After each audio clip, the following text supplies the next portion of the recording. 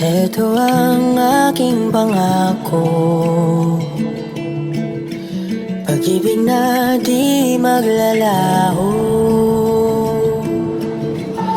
To be patient, to be kind and to be true, to love and to be loved by you. Chika Minute, may nabalitaan ako. Iyang aktres, magsisimula na siya mag-taping sa solo movie niya next month. At ayon pa sa Chika, madami na raw na mga direktor sa showbiz industry na humanga sa aktres sa galing nito sa pag-arte. At gusto rin daw nilang makatrabaho ito.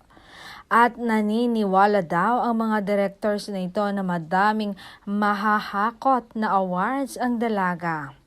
Siya na daw ang susunod na hahangaan ng lahat, gaya ng mga nakalipas na henerasyon ng mga veteran actress.